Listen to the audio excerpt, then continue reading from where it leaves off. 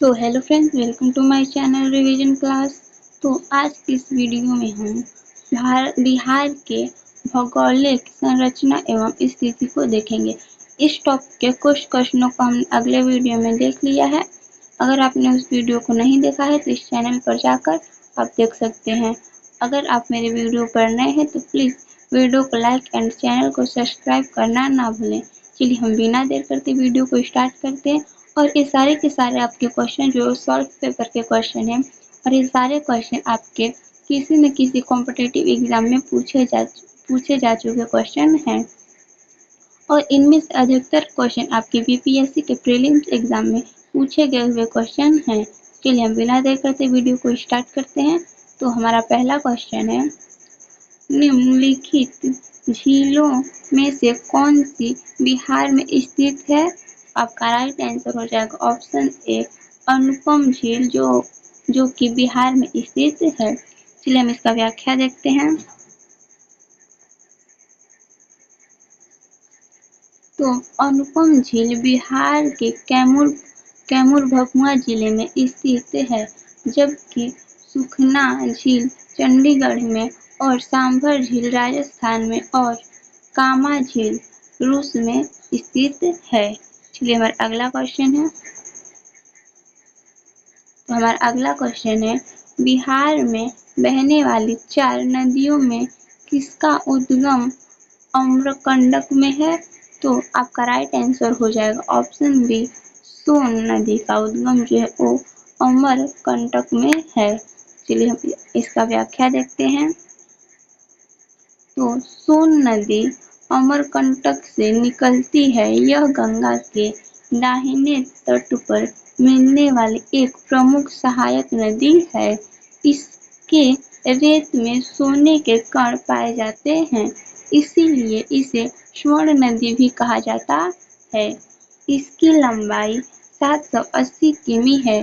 सोन की मुख्य सहायक नदी कन्हर और रिहद व उत्तरी कोयल है। चलिए हमारा अगला क्वेश्चन है।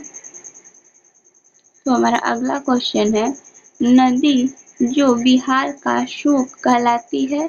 आपका राइट आंसर हो जाएगा ऑप्शन सी, कोसी नदी, जो कि बिहार का शोक नदी के नाम से इसे जाना जाता है।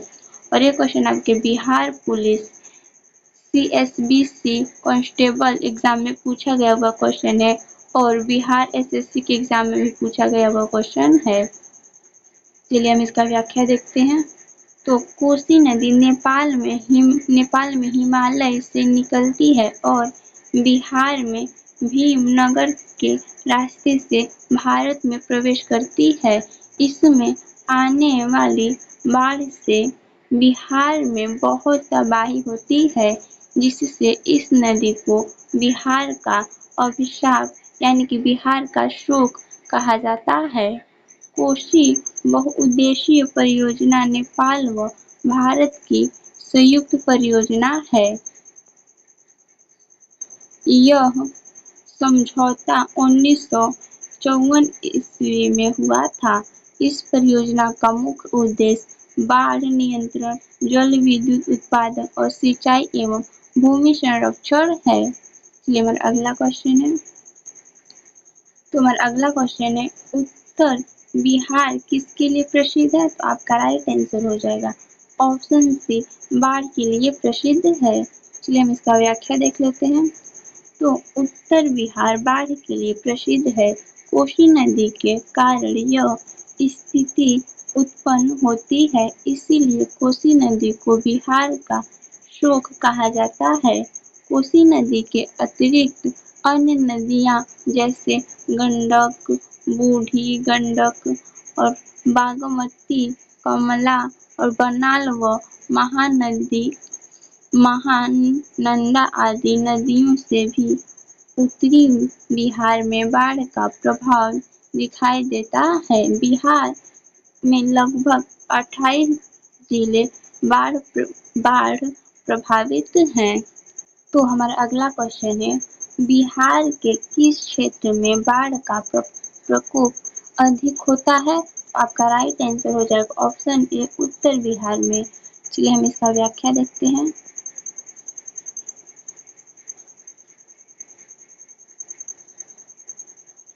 तो बिहार भारत का सबसे अधिक बाढ़ से ग्रस्त राज्य है, जहां उत्तर बिहार में 76% आबादी बाढ़ की तबाही के आवर्ती खतरे में है। बिहार भारत के बाढ़ प्रभावित क्षेत्र का 16.5% और भारत की बाढ़ प्रभावित आबादी का 22.1% बनाता है। उत्तर बिहार के जिले मानसून के दौरान कम से कम 5 प्रमुख बाढ़ पैदा करने वाले नदियों महानंदा, कोसी, बागमती, बूढ़ी गंडक और गंडक नदी जो नेपाल में उत्पन्न होती है के लिए असुरक्षित होती है। उत्तर बिहार के लिए जो वो असुरक्षित होती है। तो हम अगला क्वेश्चन देखते हैं। किस नदी को उत्तरी बिहार को शोक कहा जाता है? आपका राइट आंसर हो जाएगा ऑप्शन बी, गंडक नदी को। चलिए हम इसका व्याख्या देखते हैं। तो गंडक नदी को उत्तरी बिहार का शोक कहा जाता है तथा बिहार का शोक कोसी नदी को कहा जाता है। तो हमारा अगला क्वेश्चन है, गंगा का उत्तरी मैदान बिहार के कितने क्षेत्रफल पर विस्तृत है? आपका राइट आंसर हो जाएगा ऑप्शन बी, 56,680 वर्ग किमी पर स्थित है। चलिए हम इसका व्याख्या देखते हैं। और ये क्वेश्चन आपके बिहार एसएससी के एग्जाम में पूछा गया हुआ क्वेश्चन है। चलिए हम इसका व्याख्या देखते हैं। तो गंगा के उत्तरी मैदान या उत्तरी भारत के विशाल मैदान का निर्माण मुख्यतः सिंधु नदी, गंगा नदी व ब्रह्मपुत्र नदी तथा इनकी सहायक नदियों द्वारा लाए गए अवसादों से निरपेक्षण से हुआ है। यह बिहार के 56,680 वर्ग किमी क्षेत्र में फैला हुआ है, यानी कि विस्तृत है। चलिए अगला क्वेश्चन देखते हैं। तो हमारा अगला क्वेश्चन है, बिहार में कोसी परियोजना के निर्माण का श्री गणेश कब हुआ था? आपका राइट आंसर हो जाएगा ऑप्शन डी, 1954 ईस्वी में हुआ था। चलिए हम इसका व्याख्या देखते हैं। कोसी परियोजना बिहार तथा नेपाल सरकार की संयुक्त परियोजना है। इसके निर्माण के लिए 1953 से 54 ईस्वी में नेपाल के साथ समझौता किया गया था। उल्लेखनीय है कि कोसी एक सीमा पारीय नदी है जो तिब्बत, नेपाल और भारत से होकर प्रवाहित होती है। यह नदी भारत के उत्तरी बिहार में कटिहार जिले के कुशेला के पास गंगा में मिलने से पहले कई शाखाओं में बट जाती है। चलिए, तो हमारा अगला क्वेश्चन है, निम्नलिखित में से कौन से समूह की नदियां बिहार और उत्तर प्रदेश के बीच की सीमा रेखा बनाती हैं? तो आपका राइट आंसर हो जाएगा ऑप्शन सी, कर्मनाशा नदी, गंडक नदी और घग्घरा नदी। चलिए हम इसका व्याख्या देख लेते हैं। और ये क्वेश्चन आपका बीपीएससी प्रीलिम्स के एग्जाम में पूछा गया हुआ क्वेश्चन है। इसका व्याख्या है, कर्मनाशा और गंडक और घग्घरा नदी उत्तर प्रदेश व बिहार के बीच सीमा रेखा बनाती हैं। कर्मनाशा नदी का उद्गम स्थल विंध्याचल की पहाड़ी है और गंडक नदी का उद्गम स्थल सोमेश्वर की पहाड़ी है। यह नदी 120 किमी तक बिहार और उत्तर प्रदेश की सीमा निर्धारित करती है और घग्घर नदी हिमालय स्थित नामपा यानी कि नेपाल से निकलती है तथा यह 80 किमी तक बिहार एवं उत्तर प्रदेश की सीमा निर्धारित करती है। अगला क्वेश्चन है, किस देश की सीमा बिहार राज्य से जुड़ती है? आपका राइट आंसर हो जाएगा ऑप्शन बी, नेपाल देश की। चलिए हम इसका व्याख्या देखते हैं। और एक क्वेश्चन आपके बीपीएससी प्रीलिम्स एग्जाम में पूछा गया हुआ क्वेश्चन है।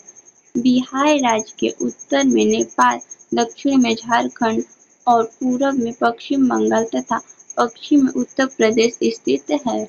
वर्तमान में बिहार के मुख्यमंत्री नीतीश कुमार हैं। उल्लेखनीय है कि नेपाल के साथ बिहार के 7 जिले, उत्तर प्रदेश के साथ 8 जिले, झारखंड के साथ 8 जिले तथा पश्चिम बंगाल के साथ 3 जिले सीमा लगाती हैं। हमारा अगला क्वेश्चन है बिहार के भौतिक विभागों में आप निम्नलिखित में से कौन सा सम्मेलन नहीं करेंगे? तो आपका राइट आंसर हो जाएगा ऑप्शन डी, पूर्वी गंगा मैदान। चलिए हम इसका व्याख्या देखते हैं। और ये भी क्वेश्चन आपके बीपीएससी प्रीलिम्स एग्जाम में पूछा गया हुआ क्वेश्चन है, तो हम इसका व्याख्या देखते हैं। बिहार के 2 प्रमुख प्राकृतिक विभाग हैं, गंगा का मैदान और छोटा नागपुर का पठार। गंगा का मैदान 2 भागों में विभाजित है, उत्तरी गंगा का मैदान और दक्षिणी गंगा का मैदान। चलिए हम अगला क्वेश्चन देखते हैं। तो हमारा अगला क्वेश्चन है, बिहार में निम्नलिखित में से कौन से समूह की नीतियां गंगा अथवा उसकी सहायक नदियों में उत्तर की ओर से आकर मिलती हैं? तो आपका राइट आंसर हो जाएगा ऑप्शन सी, गंडक नदी, उसके बाद कमला नदी, उसके बाद बागमती नदी है। चलिए हम इसका व्याख्या देखते हैं। सरयू यानी कि घग्गर नदी, दूसरा है आपका गंडक नदी, तीसरा है बूढ़ी गंडक और चौथा है बागमती नदी और पांचवा है कमला और पांचवा है कमला बगान तथा कोसी नदी गंगा में उत्तर से आकर मिलती हैं। गंगा में दक्षिण की तरफ से मिलने वाली नदियां इस प्रकार है। पहला है आपका सोन नदी, दूसरा है उत्तरी कोयल, तीसरा है पुनपुन, चौथा है फल्गु और पांचवा है पंचाने कर्मनाशा है छठवां। ये सारी की सारी आपकी दक्षिण की ओर से आकर मिलती हैं। ये हमारा अगला क्वेश्चन है, बिहार में बांगड़ मिट्टी मिलती है? तो आपका राइट आंसर हो जाएगा ऑप्शन ए, गया यानी कि बोध गया, पूर्वी चंपारण और भागलपुर के क्षेत्र में मिलती है। चलिए हम इसका व्याख्या देखते हैं। तो तराई क्षेत्र के दक्षिण में पाई जाने वाली बांगड़ मिट्टी का विस्तार गंगा के दक्षिणी मैदानी भाग में रोहतक से लेकर गंगा पटना, मुंगेर से भागलपुर तक है। काले, भूरे, पीला एवं हल्का पीले रंग की इस मिट्टी से क्षारीय एवं अम्लीय गुण संतुलित मात्रा में पाए जाते हैं।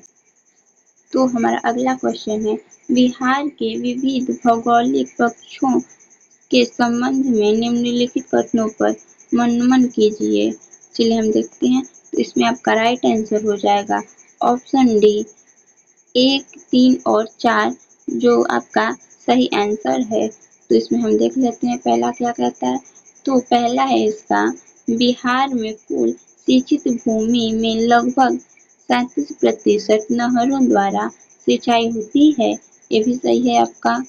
और तीसरा क्या बोल रहे हैं, किशनगंज और पश्चिम चंपारण बिहार में सर्वाधिक वार्षिक वर्षा प्राप्त होती है। तो ये भी आपका सही है और आपका चौथा भी सही है। बिहार में राष्ट्रीय राजमार्गों की कुल लंबाई 2461 किलोमीटर है।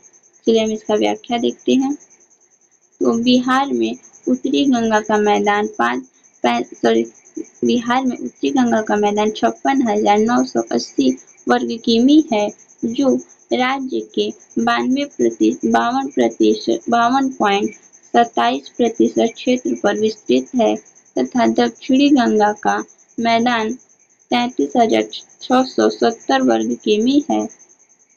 प्रश्नकाल के समय तीनों विकल्प 1, 3 और 4 सही थे। नवीनतम आंकड़ों वर्ष 2020 के अनुसार बिहार में राष्ट्रीय राजमार्गों की कुल लंबाई 5,398 किमी है, 58 किमी है। बिहार में कुल सिंचित भूमि का 31% नहरों द्वारा सिंचित होता है। प्रश्नकाल में विकल्प डी जो है वो आपका राइट आंसर है। चलिए हम इसका अगला क्वेश्चन देखते हैं। तो हमारा अगला क्वेश्चन है, किस राज्य के साथ बिहार की दामोदर घाटी परियोजना में साझेदारी है? आपका राइट आंसर हो जाएगा ऑप्शन डी पश्चिम बंगाल। चलिए हम इसका व्याख्या देखते हैं। 7 जुलाई 1948 ईस्वी को स्वतंत्र भारत की पहली बहुउद्देशीय परियोजना के रूप में दामोदर घाटी परियोजना अस्तित्व में आई, जिसमें बिहार और पश्चिम बंगाल की साझेदारी है। यह भारत की ऐसी पहली परियोजना है जिसमें कोयला, जल और गैस तीनों स्रोतों में विद्युत उत्पन्न की जाती है। हमारा अगला क्वेश्चन है, किस राज्य के साथ बिहार की गंडक परियोजना काल में साझेदारी है? तो आपका राइट आंसर हो जाएगा ऑप्शन ए उत्तर प्रदेश में। चलिए हम इसका व्याख्या देखते हैं। गंडक परियोजना भारत की प्रमुख नदी घाटी परियोजनाओं में से एक है। इसकी शुरुआत सन 1961 ईस्वी में हुई थी। यह बिहार और उत्तर प्रदेश की सम्मेलन परियोजना है तथा इससे नेपाल को भी लाभ मिलता है।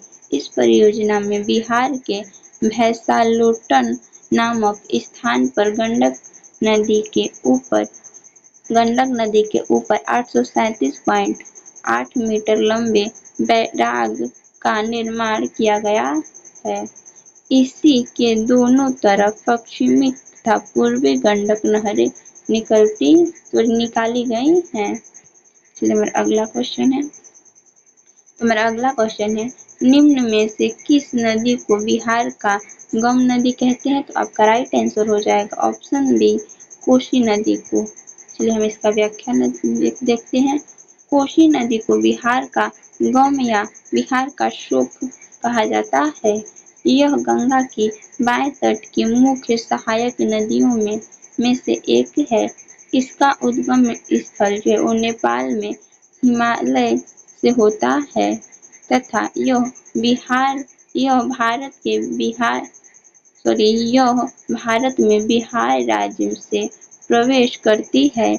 इसमें आने वाली बाढ़ से बिहार में बहुत नुकसान होता है।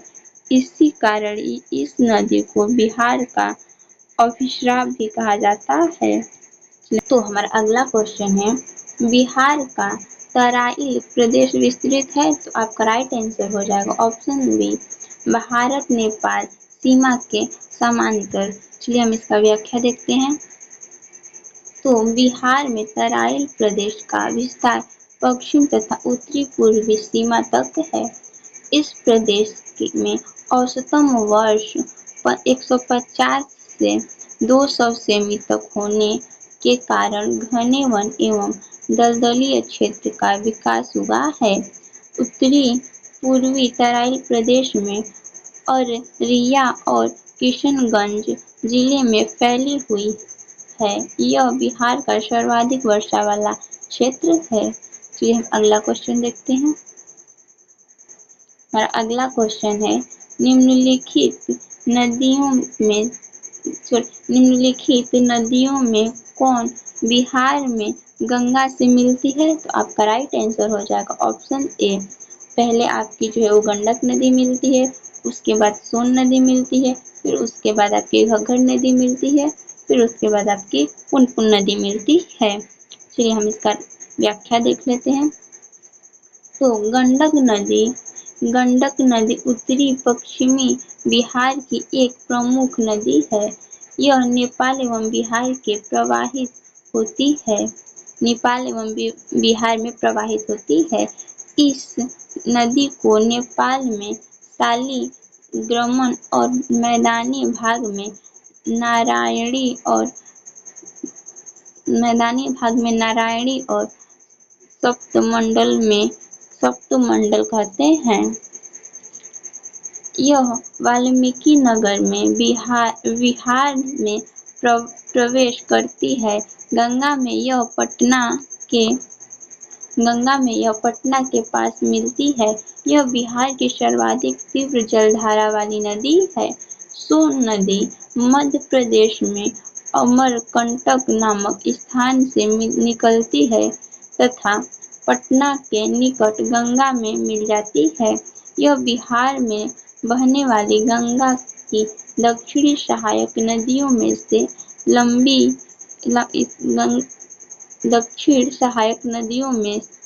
सबसे लंबी।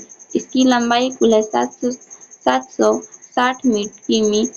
सहायक नदी है।